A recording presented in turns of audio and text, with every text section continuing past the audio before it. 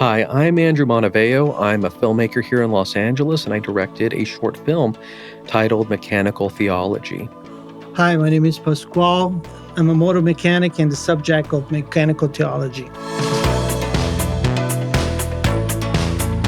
Welcome to the Real Writers Podcast. My name is Simon Josie, and if this is your first time here, welcome and thanks for listening. When I first began corresponding with Andrew Montiveo about coming onto the podcast to talk about his film Mechnical Theology, he quickly suggested that the star of his film, Paschoal Revitte, join us for the interview too. Naturally, I jumped at that suggestion, and what you're about to hear was recorded in Paschoal's own workshop, with Andrew and Paschoal hovering over a laptop to record the interview. It will be obvious to you that this interview was recorded in November last year.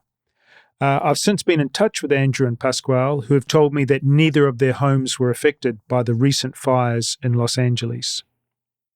One thing you might want to consider doing before listening to my interview with Andrew and Paschoal is actually go and watch the short film Mechnical Theology. It's less than 5 minutes long, and you'll find a link to it in the show notes. You may or may not already know, but the podcast has accounts on both Instagram and Blue Sky, where I occasionally post new episode trailers as well as reflections on previous episodes. Links for both the Instagram and Blue Sky accounts are also in the show notes. As always, if you have the time and inclination, please consider rating or liking the Real Writers Podcast in your favorite podcast app or on YouTube. This will help other listeners find the podcast. Righto, let's get to my talk with Andrew and Paschoal.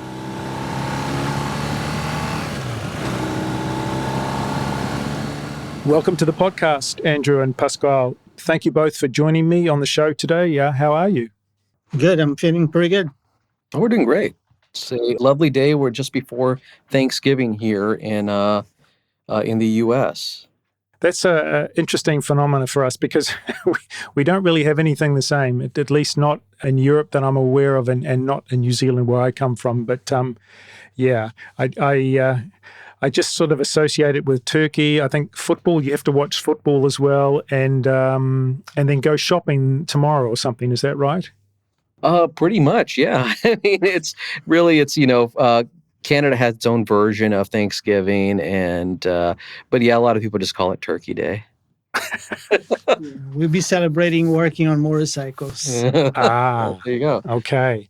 Well, yeah, well, that's what we're here to talk about. We're here to talk about motorcycles, and I want to start off by just saying that I was fortunate enough to see your film, Mechnical Theology, at Toronto's TMFF Motorcycle Festival in October. So it's a short film at just under 4.5 minutes in duration. And I thought I might just start by just sharing with you a couple of notes that I made immediately after watching it. And I've only just recently been able to find the film again on YouTube, which is great. But at the time, I remember having a big smile on my face after watching it. And what initially grabbed me was that I thought it made a really impressive job of establishing an emotional connection with the subject in such a short space of time. That was the first thing. And then the second thing was that visually it beautiful to look at, and maybe we'll talk a little bit about that and some of the choices in terms of the visuals later on. But I just wanted maybe to start with, Andrew, this observation of me making an emotional connection with the subject in a short space of time. How deliberate were you about achieving that when you set out to make the film? Oh, it was almost really the objective. You're stating kind of a conflict, but you're stating it from an individual perspective. In this case, Paschoal's perspective, and you want to have what he's saying be complemented with visuals that are striking, personal, but striking. And so it was really kind of doing service to his message throughout the film. And it's a pressing issue throughout this industry, which is, spoiler alert, that we're dealing with a severe shortage of experienced technicians who we need to keep the machines of the past, working through the present and into the future. We're not just losing skill, we're also losing history and who is going to take that on. Mm. So that was really kind of the creative angle that I went with behind this. One of the things I notice as a owner and a rider of a very modern bike is there's not a lot that I want to do to it myself, nor a lot that I can do myself. To get the thing serviced, I have to take it to the dealer to have it serviced. Paschoal, do you have any thoughts on that topic? I suspect you probably do. Yeah, actually, I see a decline of the motorcycles being more accessible for the consumer. Before, there was such a simplicity on taking the carburetor and do basic maintenance, but more and more the bike's becoming more complex, more sophisticated, but also more difficult for even to get to the work. So the cost of labor become astronomical expensive. So it's almost like to the dealer and for the manufacturer, they don't want to make it easy for the consumer to get hands dirty and work on. Majority of the motorcycles dealers around here, they refuse to work on a motorcycle over 10 years old. Wow. So if you look around the shop here, majority of the bikes I have is all carb cleans and stuff that depending on the year of the bike, the dealer don't want to touch it because for the technician working on it, they want a simple stuff in and out next. You know what I mean? For me here, I have to dedicate it into searching parts, sometimes not available. Sometimes you have to find, aftermarket parts. So it's not an easy task. The older the bike gets, the more difficult it becomes because the availability. Yeah. And there was a research done that they took one brand new motorcycle and they priced each single individual parts, and the cost of parts by individual was like 3 or 4 times the amount of the bike. So the manufacturer make their money selling parts. So not just the service itself, but they're going to make their money selling parts. So Yeah. Yeah. Okay. So tell me, who came up with the idea for the film Mechanical Theology? I did, but it was based on closely what I observed knowing Pasquale for a number of years.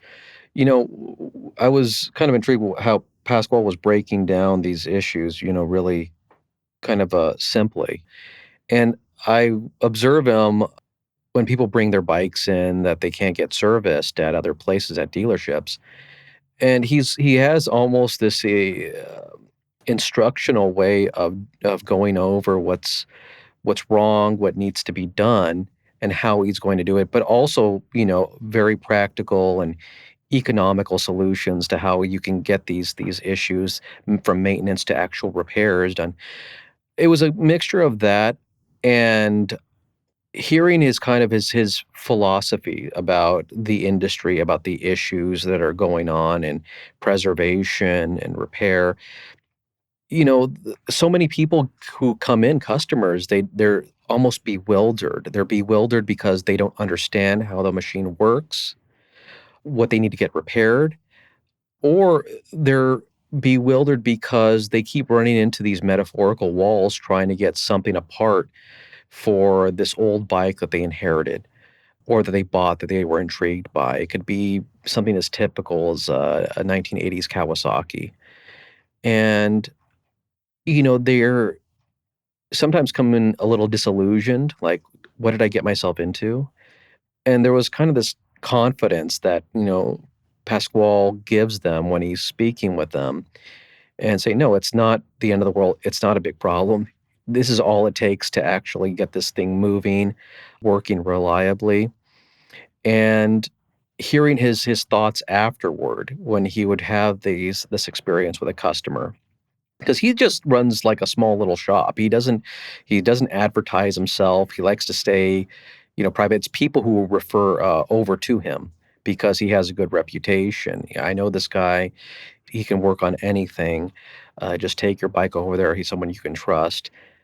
I just knew From watching him and from listening to him, I thought he had a good story to tell, not just about his background, how he came to the US and he found opportunity here, but also his concern about what lies ahead. Because he can get very passionate about these old bikes, like these old Nortons, BSAs.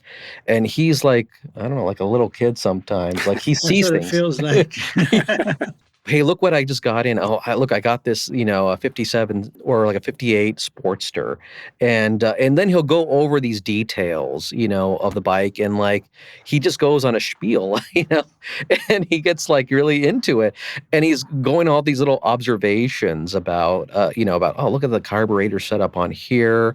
You see why the engine is oriented this way. This is why, he'll go into it and there's this kind of this wonder. So I wanted to really convey that he's got a lot of personality, a lot of humility, but he's got a lot of personality, and a lot to say. Was that the magic that you wanted to capture? The way he related to the customers coming in, those bewildered customers. Was that sort of the essence, the magic of Paschoal that you wanted to capture? And then later, did the story also develop around, well, actually, he's got these really serious concerns about the potential loss of this skill, knowledge, and what's going to happen in the future? I wanted to portray him as almost as a sage for this craft. And I think initially, yeah, I did want to have more of him shedding light on these intriguing technical aspects, especially of old bikes. In this shop, there's a lot of fascinating antiques and vintage machines. But then, I kind of let him, guide the story based on what I was hearing, his meditation on the topic, on the craft itself, and that led into, concern. That was which he had voiced before, but who is going to take this on? You know, um, that's something is looming, and it's something I'm very familiar with because just looking at industry analytics and the shortage of skilled technicians, not just in motorcycles but in automobiles and aviation. There are real serious problems, not just in keeping the current things moving, being manufactured, being repaired, maintained, but the old stuff, the stuff that is, that have stories. And in the film, he talks about not just these machines are old in themselves and that they were made, at some point in 60s, 70s, but that there were people who enjoyed these machines, that there were stories, there were experiences. And when you lose that, I mean, you're losing those experiences. You're losing that connection to the past of what the machine is, of that point in technology, but also a connection with the lives that had those experiences, that enjoyed those machines. It's worrying to lose touch with your past, where you came from, and it's important to keep those ties connected. I know that was a little bit of a convoluted answer, but I think there were so many things that we wanted to touch on in that short period of time. But I think it really, I think he was trying to touch on a lot of things too, but I think it just kind of evolved into the worrying issue of who is going to continue this. By experience, I can tell by a lot of friends and customers that when they comes here and they bring their kids, 3, 4 year old kids, and sometimes we sit them on the tank and we start the bike and have the kid rev the bike, and just the vibration of the tank and the eyes light up, and it feels like who doesn't like motorcycles? Yeah. It's almost inevitable, and this is a passion that came since I was a little kid, and be able to pass that on to other kids. I think that's the main goal. Every motorcycle came here, there's old bikes. When I look at that bike, most likely the owner of that bike is no longer here. He's gone. But that bike's still here to provide that sense, that feeling to somebody else. So I feel like I came to life with the purpose of keeping those wheels spinning so more people can keep having the experience. He's really good at this. He really touches on these things with a passion. One of the striking things, of course, is that, Paschoal, you narrate the whole film. You're the single voice, and it's your voice. You don't speak to camera, but we hear your voice throughout the whole film. How was that done? Was that a single interview? We would mic him up and we would just have him talk. And, sometimes he would say something and, we want him to kind of say it over again. And like, can you write that down and say it, just like that? So it was, there were bits and pieces over the period of a week that we would just have him go on. And if there was a line that we really liked and can you say that again? And he's saying it off the cuff, but he would have to write it down and like, okay, what did I say specifically? And then reread that line. We captured a lot of audio and we had to do bits and pieces about what, we could keep within the confines of a short film and what sounded the best and the most personal. But yeah, he gets, he's spontaneous. I think the most challenging was combine the process what I've been doing for so many years, but I do in silence with myself. It's almost like a therapy, and I get in my zone and I do my thing, and I see the accomplishment, and I when the bike is done, I take for a test ride. I feel like a pride on it, but translate that into narrate the subject and then talk about it and then answer questions. That's a whole new world that I'm still getting accustomed to. But it's a process that I'm willing to learn in order to take to the next level, to translate all those years' experience into a voice that could, impact so many other people. Throughout the process of meeting Andrew, I knew his skills. I know how good he was. I seen some of his work before. So it was somebody that I was totally confident that could link two and two together. And when we started shooting, it was almost like a smooth process. He even pointed out that it wasn't that difficult to have it done. So I think it was like a week of process, but it was like smooth sailing. Once we connect the two and two, it was like it was a easy process to get everything together. We know from the film, Paschoal, that you come from Brazil originally, and you've been in the States for more than 30 years. One of the first things that I thought about asking you, and this is something that I draw a little bit on from my own experience because I've lived in many different countries. I haven't lived in my home country since the 1990s. But what I wanted to ask you specifically is, when you come to a new country, is there something special about working with your hands, doing skilled mechanical work on physical objects in that new country? Does that really help you form a connection to the country? You're now working on the motorcycles, the engines, whatever, that are in that new country. And does that sort of ground you in the new country? Is that something that makes sense to you? Yeah, it does. I mean, the main purpose of coming to United States, it was to work on motorcycles. That was the main reason. I left family. I left everybody. I pretty much put a backpack and I came to a country where I didn't speak the language and I didn't know nothing about it. So the beginning was kind of rough starts. It was not immediately where I can start work on bikes right away. So I first have to learn the language, get a job, get a place to live. So it's like it was a process. It took, a couple of years at least for me to get to know people. Luckily, I met some Brazilians that had motorcycles, and then throughout my background, they kind of trust me to work on their bikes. And once I started comparing the money I was making on the bikes and his money I was making delivery pizza.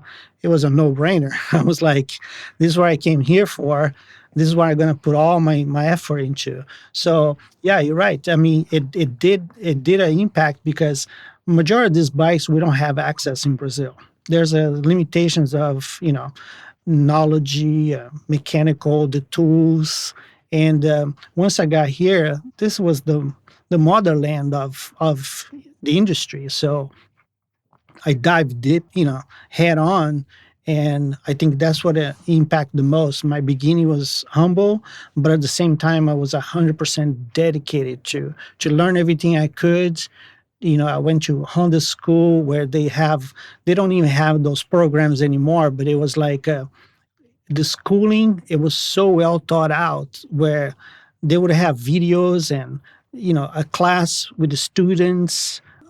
They put a motorcycle on the lift. They'll have you take the bike apart, show to the instructor, and then go watch a video, fill a questionnaire. So it was like a whole process, and that helped me learn the English, learn to work on the bikes on a professional level. So that created a huge impact on what I am today.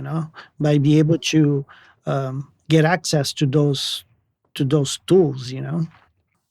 Did you have any training in Brazil on motorcycle mechanics before you came to the US? Yes, I already had a motorcycle shop in Brazil, not compared to what I had here. The bikes were much smaller, and I was already involved in bikes. At one point, I was so passionate about it that I start, riding the bikes to the limits where I used to pop wheelies and, doing crazy stuff. And that led me to a job as a stuntman for a few years, actually. So I was stuntman in Brazil doing films and, series in TV, and so that gave me a huge popularity. And motorcycle was always involved in my life. So when I told everybody that I was leaving Brazil to come to United States, people call me crazy. Says, "Why are you leaving?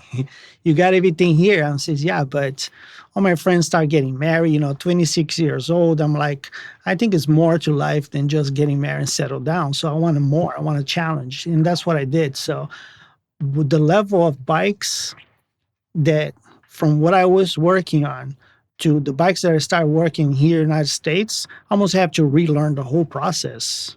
And that's what I think make me a better mechanic because and then they'll have no way to access those bikes in Brazil. So it puts me in a different category.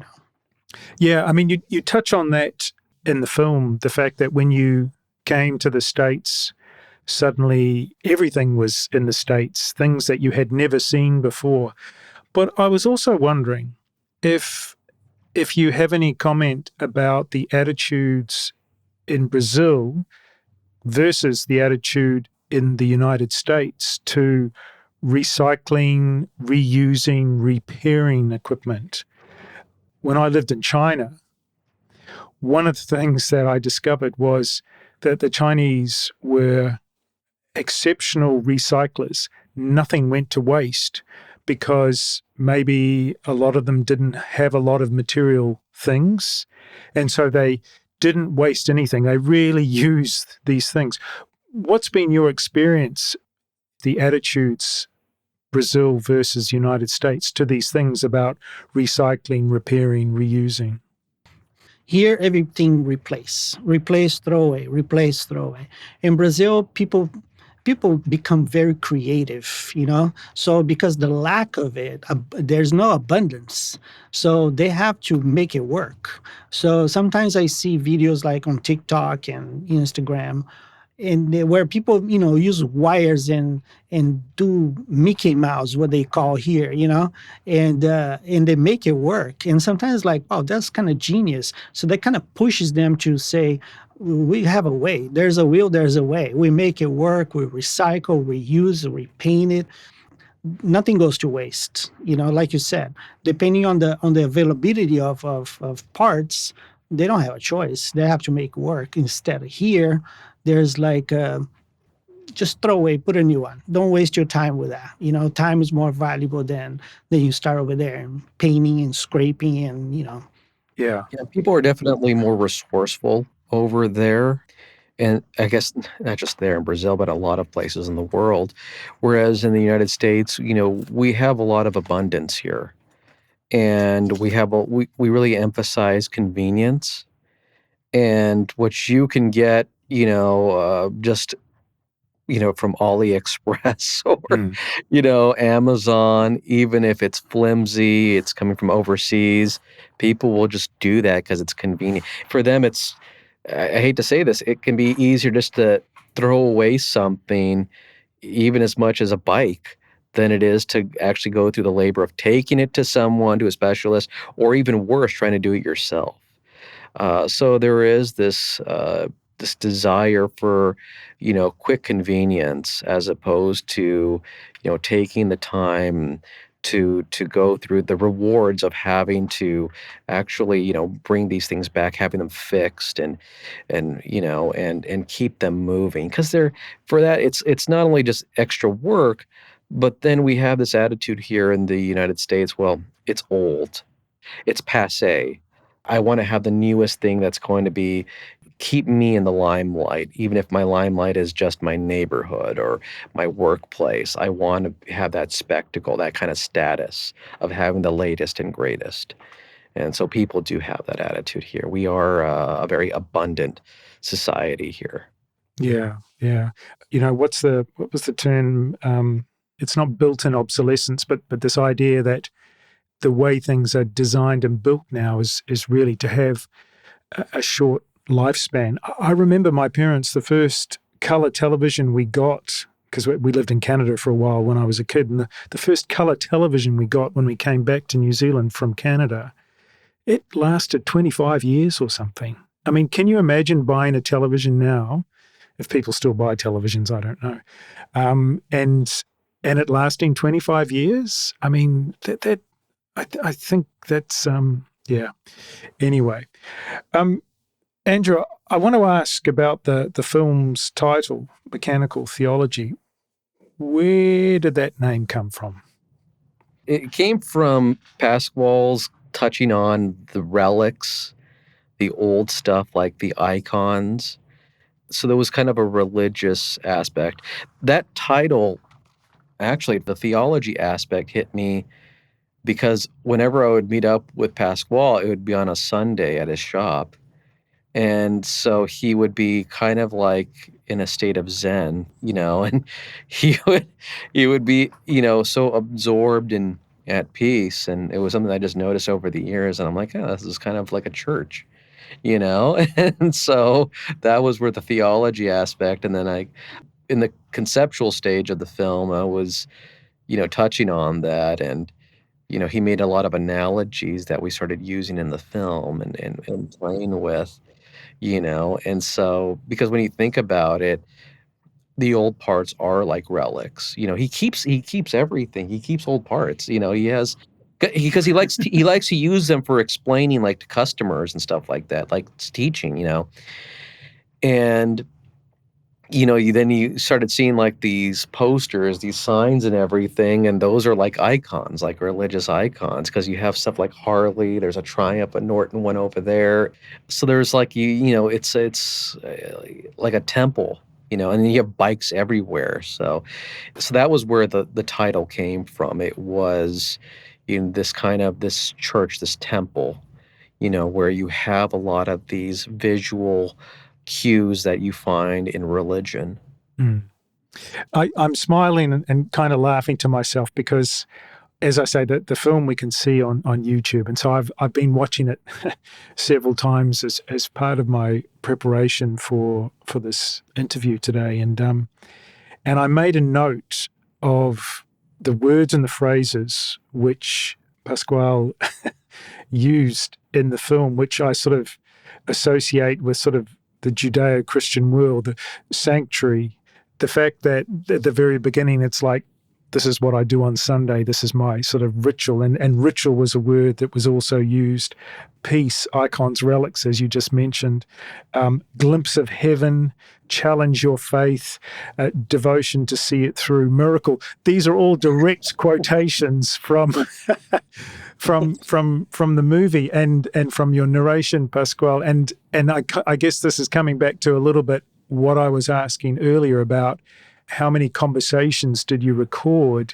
and when you were going through, you must have also been hearing the way Pasquale was describing and using this language, which is sort of a very religious sort of language, yeah?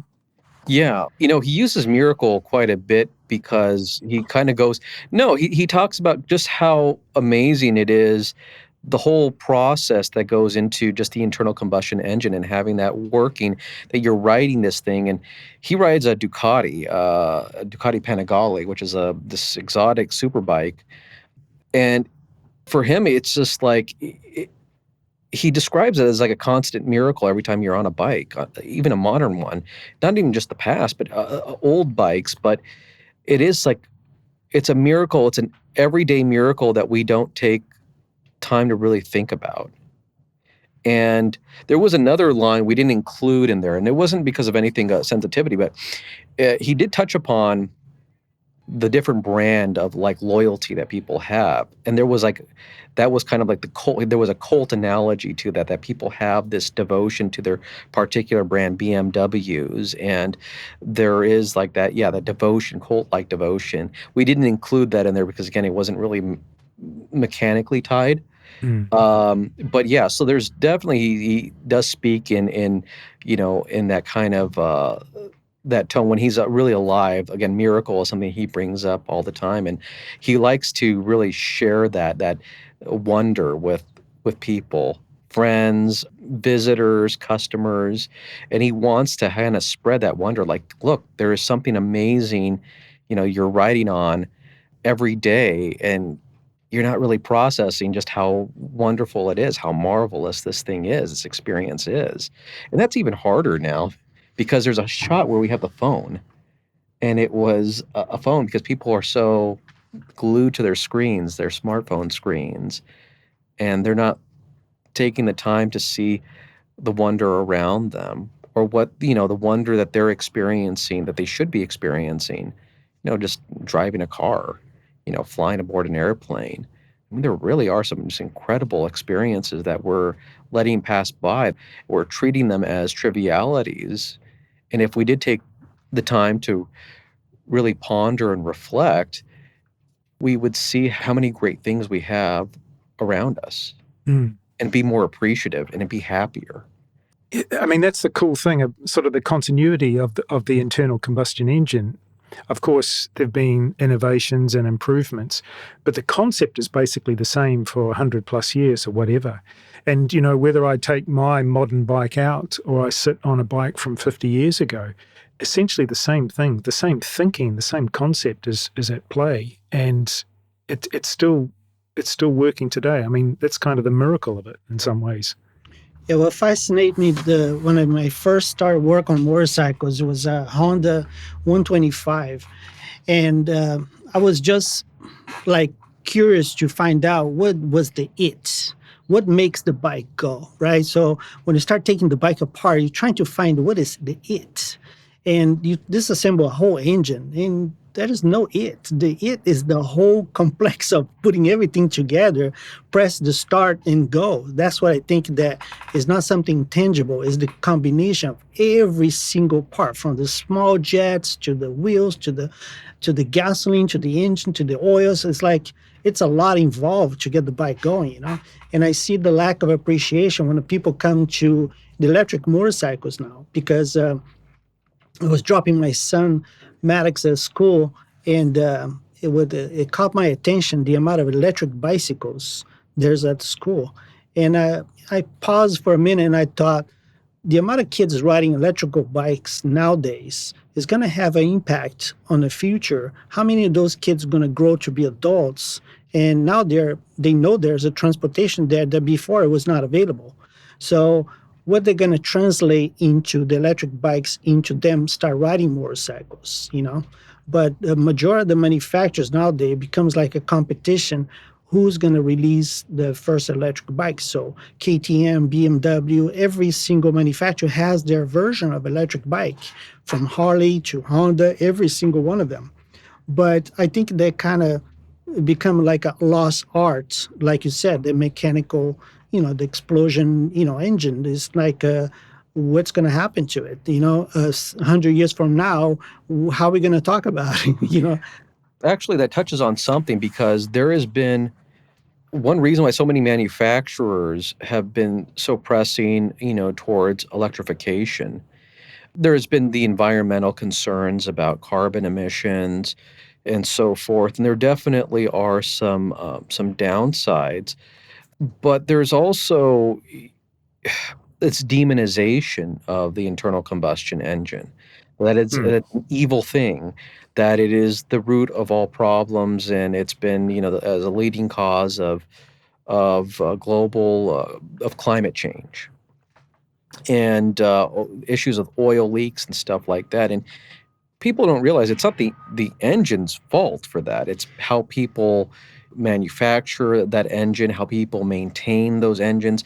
Whenever you have something created to excess, and it's not just within motorcycles, but it's within automobiles and seacraft and aircraft as well, that's where things get to be, an issue. The drift towards electrification has its own environmental issues as well in terms of in production, but I think it's a net positive, but it's also treating these vehicles more as a mobile appliance than, a deeper, intricate machine, an analog machine where you have pistons moving, you have these explosions going on in a combustion chamber, you have that movement going in kind of synchronous motion through a chain and into, to the your back wheel. There's these small things that all add up into this wonderful complexity, like a clock, and again, there's that wonder, but it becomes harder to see that wonder when everything is just being sent through by data, electronic signals, and simply through, circuitry, as opposed to, having these actual machines working in harmony, working together analogously. You can actually see and break down these parts and see how they're having to work together. Electric vehicles are typically about 30% fewer parts, moving parts. So you are simplifying things. And I think that's fine for a lot of folks who just want to get from point A to point B. But for people who really want to enjoy a ride, enjoy the journey, that's a different matter. I think you're taking that away from them.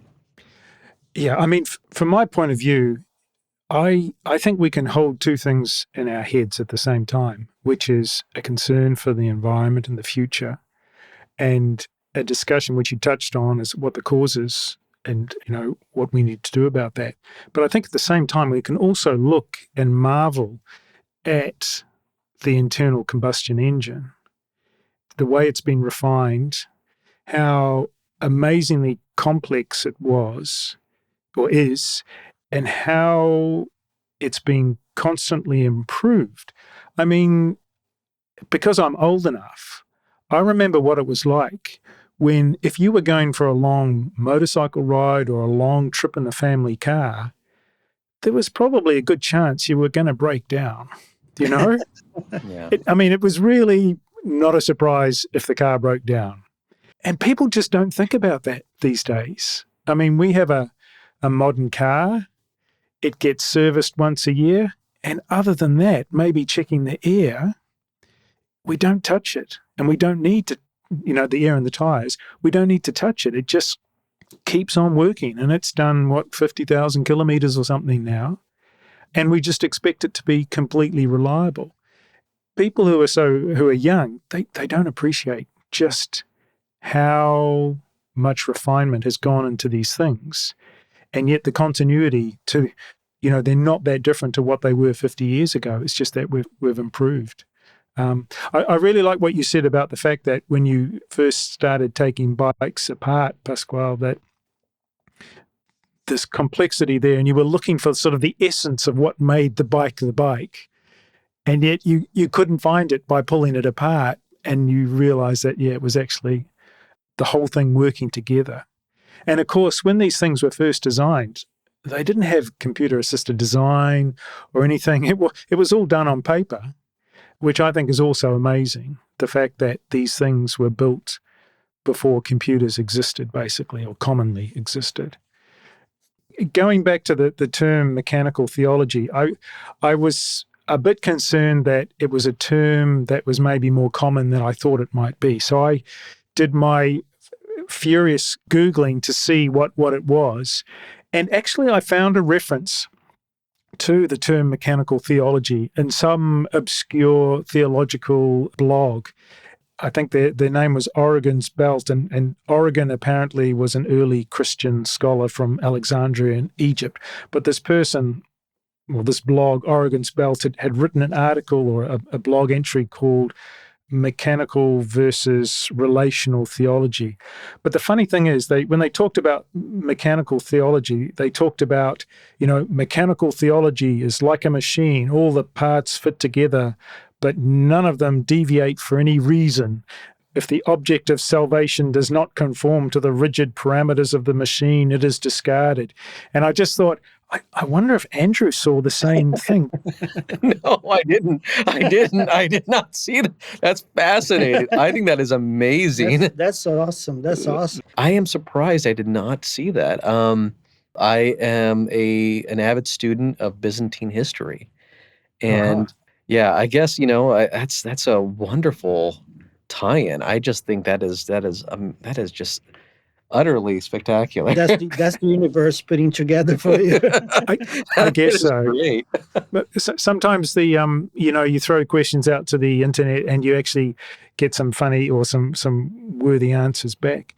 I wanted to ask about the look of the film. I mentioned at the beginning that I thought it was stunning. I was just smiling watching the film because it was so beautiful. Why did you choose to shoot it in, I'm not sure black and white's the right term, sort of grayscale? It seems more grayscale than black and white. What was the idea behind that? Well, it is a monochrome look. I think because he's touching on the past, I wanted to have a look and aesthetic style that was evoking the past, evoking our a simple black and white heritage. So that was the tie-in, and then visually, I mean, look, when you do things in monochrome, you have a greater contrast usually. There are dramatic shadow. You can take more dramatic lighting, with harsh shadows that really convey a lot of emotion. And so that was the reason why I went with a black and white look. I wanted to both evoke the past, and I also wanted to better use lighting that could convey intensity, convey more emotion. Even though Paschoal has a very soft tone throughout the film, he's dealing with kind of very serious messages. There is an intensity in what he's speaking about, what he's narrating, and I wanted to have the imagery run parallel to that, to help magnify the importance of what he's saying to really and enhance the mood. But real credit for just the incredible cinematography goes to our main camera guy, our cinematographer, of course, and that was Ian Norum, who is also a very humble fellow like Paschoal. He's got a can-do attitude, and he is Very creative. very creative. He won't tell you that. He is a very humble person, but he is he really is a stylistic genius. And if I had a shot in mind, that was very complex or at a weird angle, and he would find a way to make it work. And he always comes up with great suggestions as well. To kind of touch on, my background, I worked with Ian for about 10 years, and we had a channel. It was called Electric Federal on YouTube, and it had a pretty good following, and we did that for about 5 years. And we did some motorcycle stories. They were mostly these short documentaries, video essays. And we later worked with the Drive channel, going, from that to the Drive channel. And Ian, he wasn't a cinematographer at that point. He would consider himself just a camera operator. But he picked up on a lot of things from some very talented people we worked with, some very skilled directors I was usually producing. And he learned a lot of skills, during that time. And then he's been able to evolve a lot of those skills. And, it's very intriguing because we work with some really talented directors and cinematographers. But I think he still has the attitude that he's a learner more than, than a proper cinematographer on their level. And, I tell him he's gotten much better than they ever were. He's been like a sponge. He is constantly absorbing different styles, finding ways to improvise. He is creative and he is very resourceful. And the great visuals really are owed to him. Mm. And but he is a very humble guy. He wouldn't want us to be It was a talking. pleasure working with him. He's got Yeah. a great personality too. He has a can-do attitude, but again, very humble, and I think he would be very embarrassed that we're praising him this much. But yeah, he is an incredible talent. Well, yeah, he certainly did a great job, and at least as a member of the viewing public, that's what I would say. You mentioned that you've done some other motorcycle films or video content. What is it about motorcycle culture that sort of draws you to it in terms of filmmaking or documentary making? Oh, I mean, I would love to do more. Um, it's the exposure. Now, I know there's exposure as a tie-in to within film, but by exposure, I mean there is so little between the writer and the world around him. When you're in a car, you're sheltered, you're isolated, especially within modern automobiles. The whole real driving experience is meant to isolate you from the world around you, the outside. It's through insulation, through, rigid, complex architecture, thick windows. The whole idea within an automobile, within a modern automobile, is again to keep you in your own little enclosure, almost like you're in home. And that's what we're going towards, especially with automated vehicles that are just going to be where AI is going to take you from one point to another. It's creating a living experience. But when you're on a motorcycle, there is no isolation from the world around you. It's just you, you're on a seat in a tank, and there's an engine underneath you. So there is a much more intimate connection with the powertrain, with what's moving, what's propelling you forward. And there is a much greater awareness of the world around you. So there is almost a complex dynamic at play because you're having to be very careful when you're on the bike, you're focusing on the road, but you're also surrounded by this wonder, the activity around you. It can be traffic. Yeah, you pretty much my definition will be adding to what Andrew is saying. On a car, you have a window. You're seeing world through a window. On a motorcycle, you are part of everything. So there's occasions where I'll be driving, riding my bike behind a car, and I can tell by the smell of the exhaust system that car has a head gasket, and I can smell the coolant. Mm. You know, Yeah. like if somebody's making a barbecue, as soon as that you pass by, you can sense all the smells and noise, and you're pretty much exposed. So you're kind of living, 100% of what the riding experience is. And there's this thing, this drift towards motorcycling. It's too dangerous, because you are exposed. There's that focus instead of the positive of being more connected. When you're a rider, you're much more cognizant. You have to be. There is just no room for error when you're on a bike. But you're also more appreciative about like what's on the road. And even when you get back into a car, and we all have cars, we all have regular vehicles, or you're also more careful because from the other view, if you're reckless, you could hurt somebody who's on two wheels. Mm. So you're a more responsible, I think, motorist when you are a motorcycle rider, whether you're on the bike itself or whether you're a regular vehicle. And I firmly believe that if more people were motorcycle riders, not only would be more economical and it would save a lot of space, but it would make people, drivers, more responsible because they would see it from a different perspective. They would know from experience that, okay, I have to be more careful because if I'm not, this person could be hurt and that person could have been me.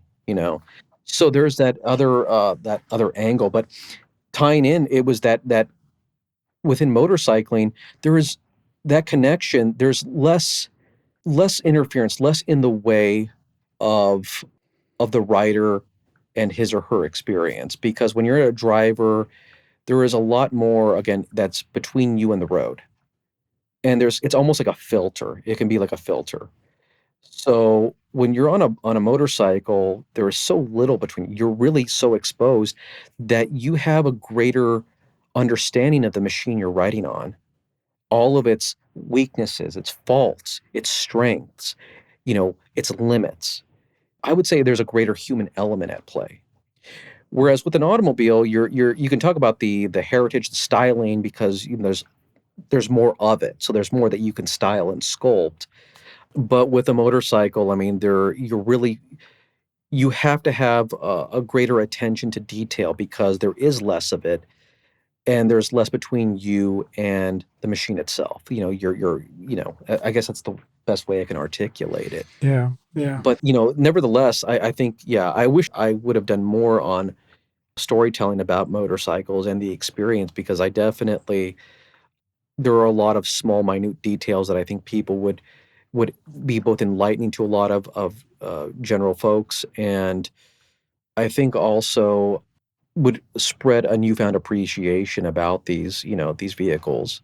Motorcycles really are, they're just amazing. They're rockets. Yeah, every time I throw a leg over a bike, the feeling of riding, because when I worked for Honda, I was level 8 technician, so I have to prepare the motorcycles. When they're brand new, they come from Japan. They comes without oil, without gas, without battery. So you pretty much have to prep the bike, and you're going to be the one first riding the bike, the very first ride of the bike.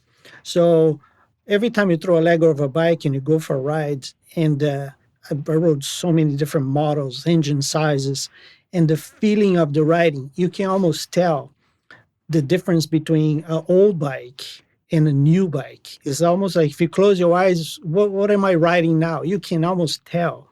And it becomes a habit when I'm riding my bike or if I'm driving my car and I see a motorcycle driving by and I see that chain all loose, bouncing around. You can hear the noise. And I had a friend of mine, Emmanuel Didier, French guy, and he always said, lubrication is your best friend. So when you see a chain that dry and you think, man, can you put some lubrication on that chain? Because you're killing. So I think the lack of knowledge is, I think, the most what creates so many problems. It becomes expensive not knowing, because at the end, you're going to pay, a stiff price to replace a whole chain sprockets and, the labor. So sometimes just a spray wax on the chain, it will be sufficient to just keep that chain working for a long time. So I think the lack of knowledge, what I think is the most that people miss. Yeah, and this is, I think, tied into what we were talking about earlier about the throwaway culture. If you think something's not going to last very long, you're not going to look after it. Whereas if you understand that something will last a long time, is designed to last a long time, but only if you do these certain things, change the oil, keep the chain the right tension, lubricate, or if you're lucky like me, you don't have to worry about a chain. Yeah. But you've got to do those things. You've got to be aware, and that's kind of also your philosophy. That's what you say you want to pass on. So what are you actually doing, Paschoal, to teach people? Have you got any disciples? That's my term, by the way. Have you got any disciples? Are you teaching anyone actively at the moment these skills? Are you passing these skills on? I think that'll be the next stage. Okay. I think the exposure, Andrew is doing such a great job putting the word out there. And I think once we put together because it will take some disciplinary, process in order to see how we're going to deliver this message, because it's a lot of knowledge between my 2 years. There's a lot of years of things that I know. In order to pass that on, Like, for example, one time I was working on a Sunday and I had this phone call of this lady that she came from San Diego to Los Angeles to take a motorcycle course. She wants to learn how to work on her bike. There was one guy doing these classes, and he spent like a couple hours teaching her about carburetors, right? So she needs to replace a rear tire. And somebody gave my number to her. She called me, says, "Do you have a tire?" I say, "I do." Come on over. We replaced the tire. And while I'm doing the process, she started asking me questions about the bike. Says, "What is this? What is that?" And throughout the process, I was, teaching everything I know for her. Hmm. And she's like, "You know what? You should charge for that." I'm like, "What are you talking about?" She said, "I spend 2 hours on a class and the guy talk about carburetor and my bike is fuel injection. I learned more with you here than, than what I learned that I paid, $300 for this guy." And that's when the light bulb went on. And I'm like, you know what? That's what I need to do. That's what I need to compact all this knowledge and pass it along to people that's willing to pay for 2 hours of my time. And in every single customers that I mention about classes, they say sign me up as soon as their class is ready. Sign me up. So I have an incredible list of people that are ready to do it. But like me, I'm a perfectionist. I want to make sure I'm doing right. So we're going to have to elaborate a plan how we're going to do this. And then once it's on, I'm pretty sure I'll be able to expand, pass it on the knowledge. Yeah, I mean that would be great, because yeah, he really is, kind of a sage when it comes to motocraft, I guess you can say.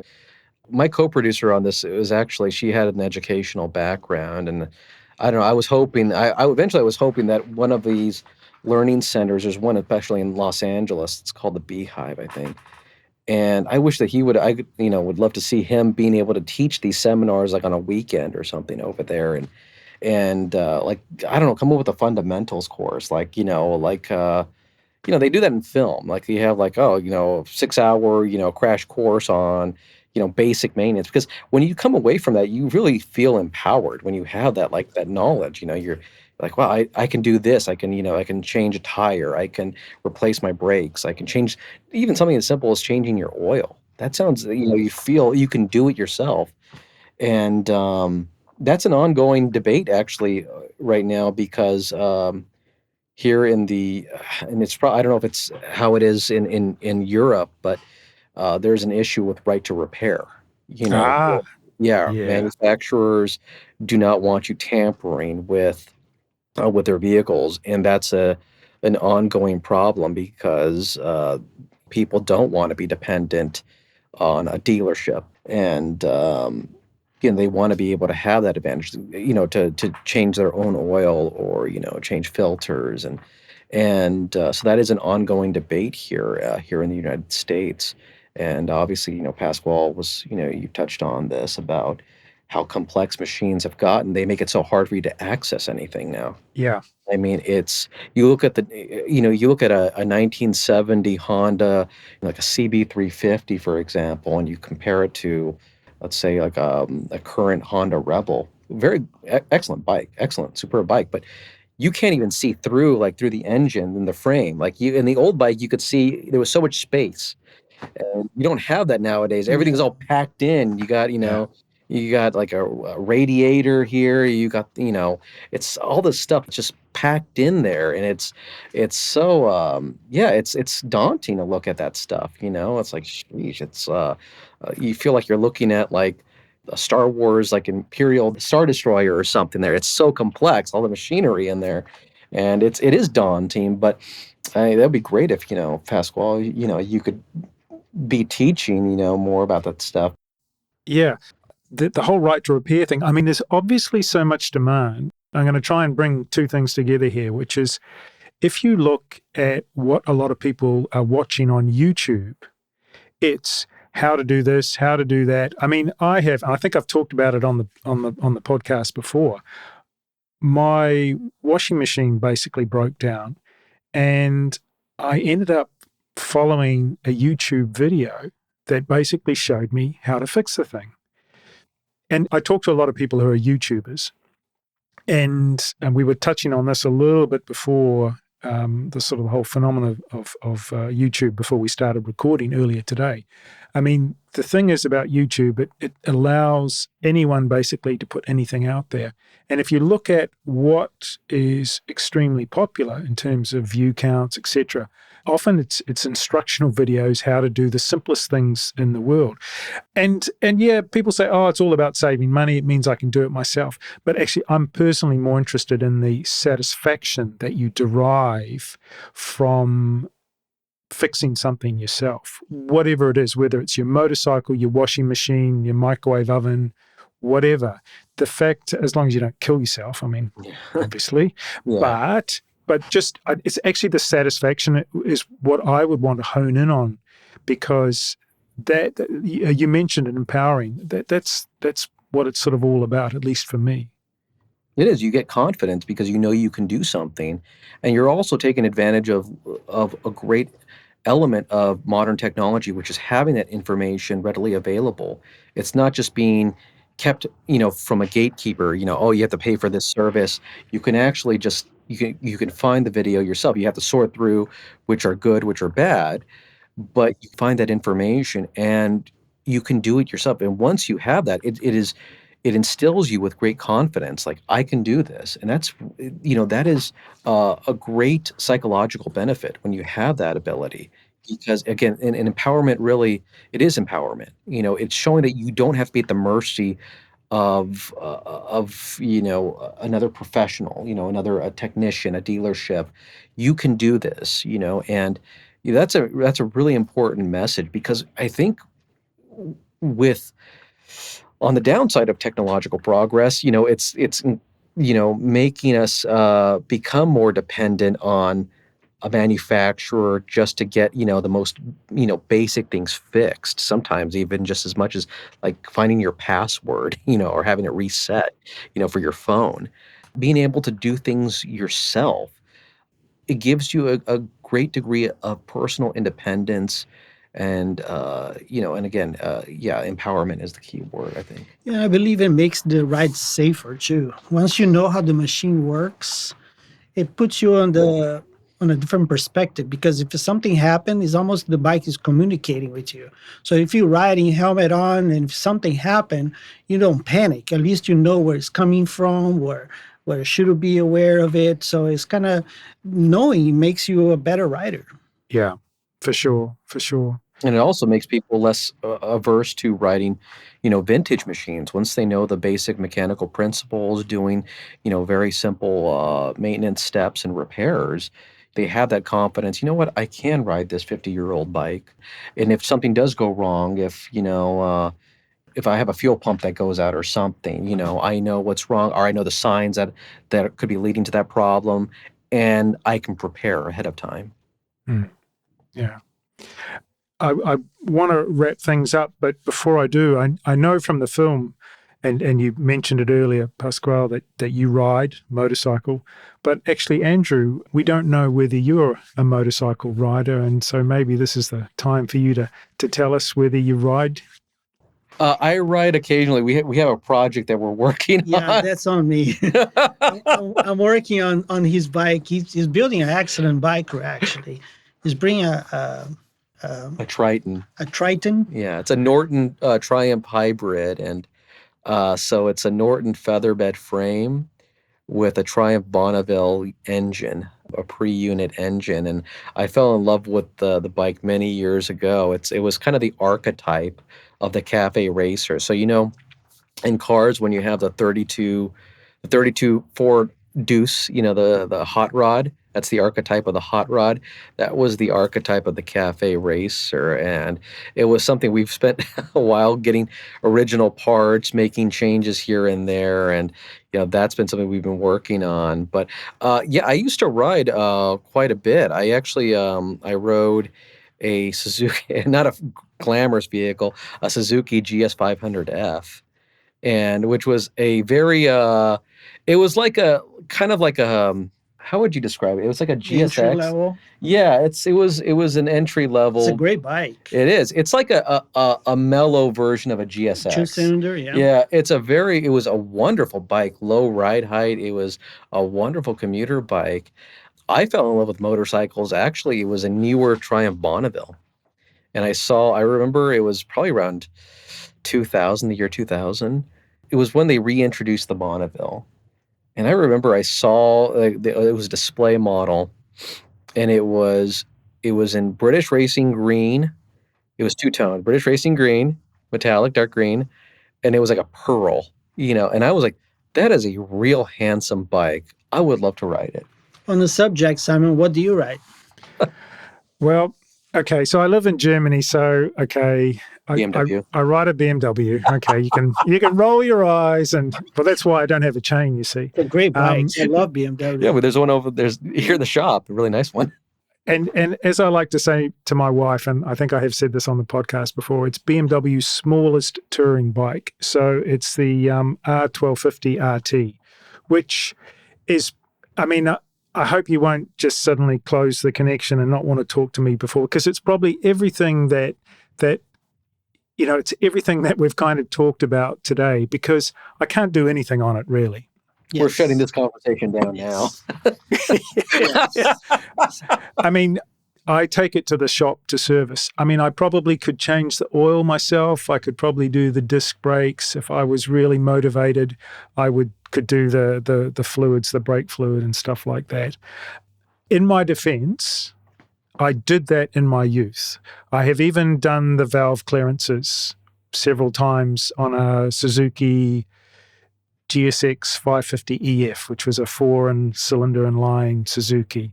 And so I was reasonably adventurous in my youth. But this was a new bike, and I don't trust myself.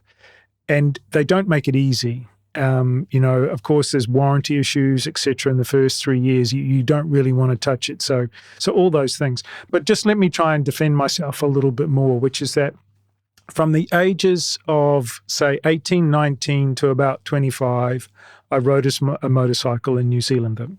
I first of all had a 250, and then I got the 550. And I was a young male, and I didn't kill myself.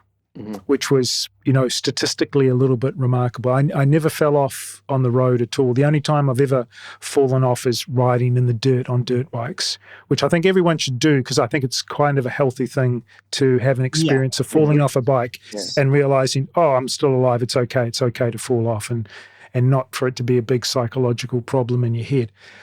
But I got through that period, and then I was I'd worked, and then I went and studied. And by the time my studies were sort of winding up, I couldn't afford to look after the bike anymore. And so I sold it and I bought a mountain bike.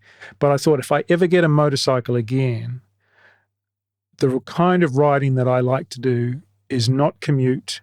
I'm going to have a motorcycle that I keep in very good condition, and I'm going to take it out on Sundays, afternoons, or a little bit of touring, because I enjoy the touring for several days, etc. But that's the whole purpose of my motorcycling.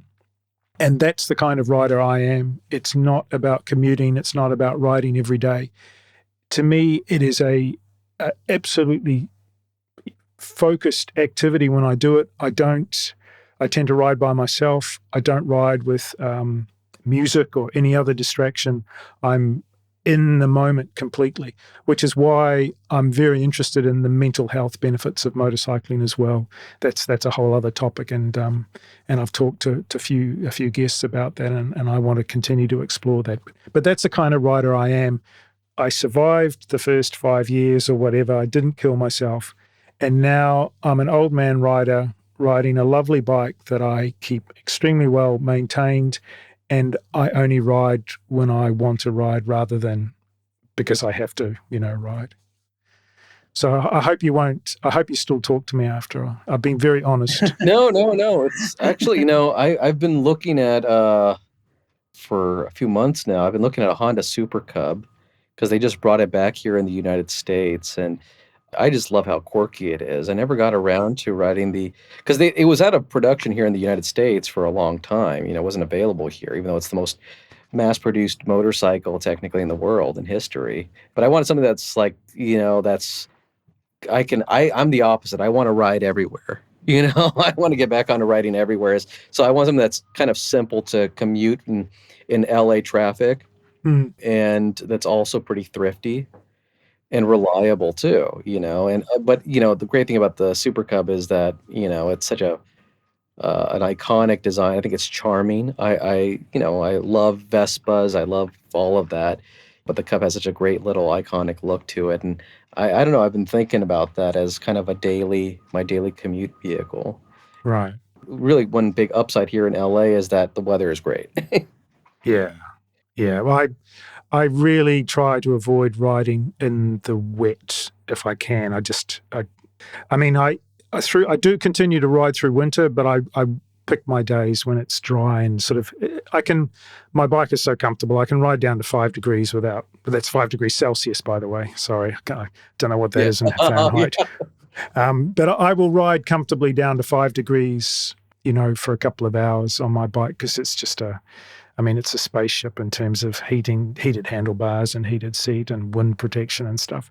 But having said all that, I can see as I get older, I will want to go lighter. And the kind of riding I like to do on the small, tiny roads around Belgium, France, Luxembourg, Germany, actually, I think, maybe something like a Royal Enfield 400, 450, 500, whatever they are, something like that. Again, I would be looking for reliability, but something a bit smaller and lighter to plop around on, because I'm not a speed demon. Having said that, I love my bike. It's so comfortable.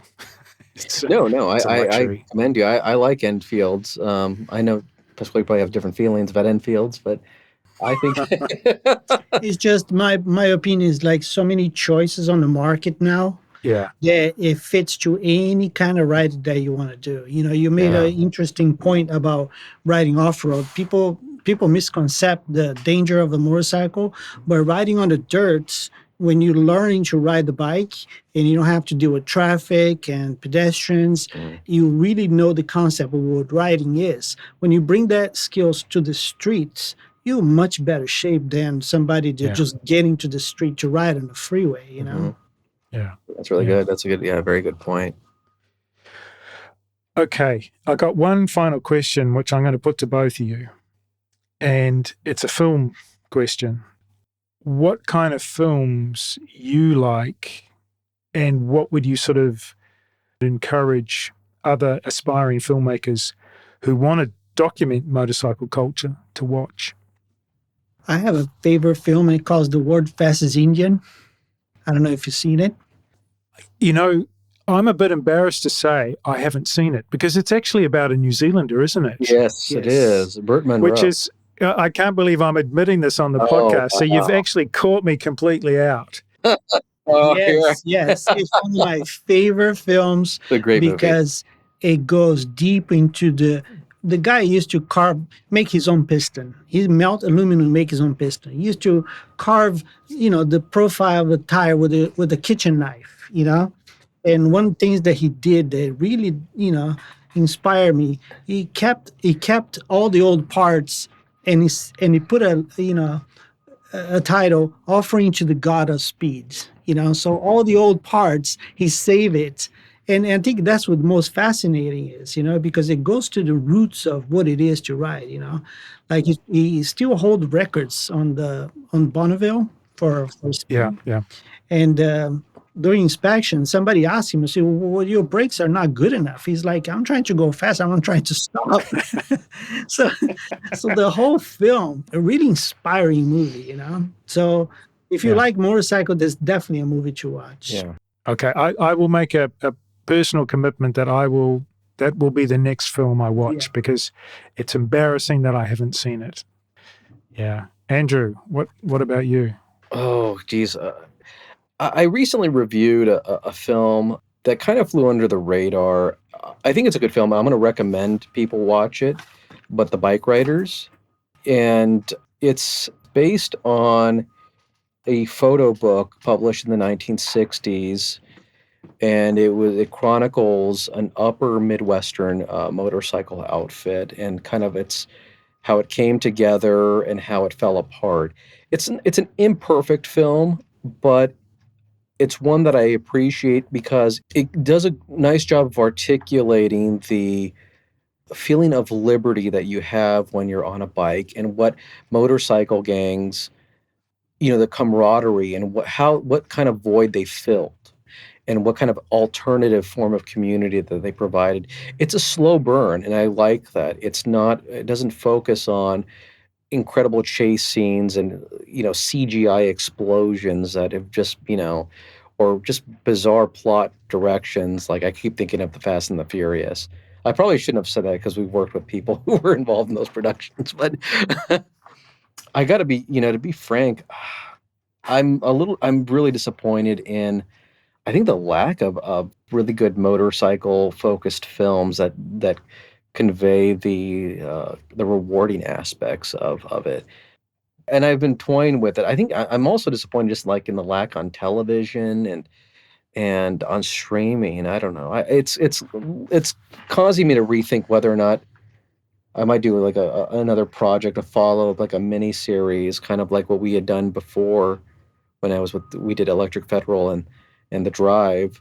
And I'm thinking about doing a mini series centered on some really cool bikes, from a historical point of view. Because I'm looking at a CBX engine right now, and I'm thinking that's a very popular, collectible now. And, there's some really great stories in motorcycling of great models and brands that are overlooked now. And here I'm surrounded by dozens upon dozens of bikes from every era and every place. And you think there's some great stories. You don't even have to be a motorcyclist to appreciate them. And there's a real void of content. I mean, there's such an oversaturation of car stuff. And I'm toying with that. I might actually do a mini series on that to fill that void in. I know that went on a tangent, but I'm thinking about that. I'm kind of disappointed with the lack of motorcycle, films, and I want to do more of it.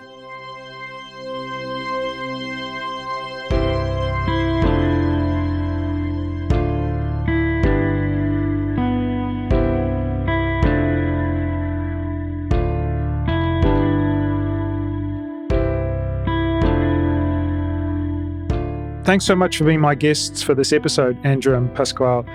Before you go, please tell us about your Instagram and TikTok accounts, Paschoal. Yeah, listeners can find out more about my work at motomaestro.com and Motomaestro Instagram and TikTok. Great. And Andrew, can you tell us where people can see Mechnical Theology? Yeah, they can visit YouTube and search for That Amazing Content Team, and it'll appear in that channel. Super. Look, thanks again. I look forward to seeing what you both create in the future. Take care, and when you ride, please ride safe. For sure. Appreciate it. Thank you.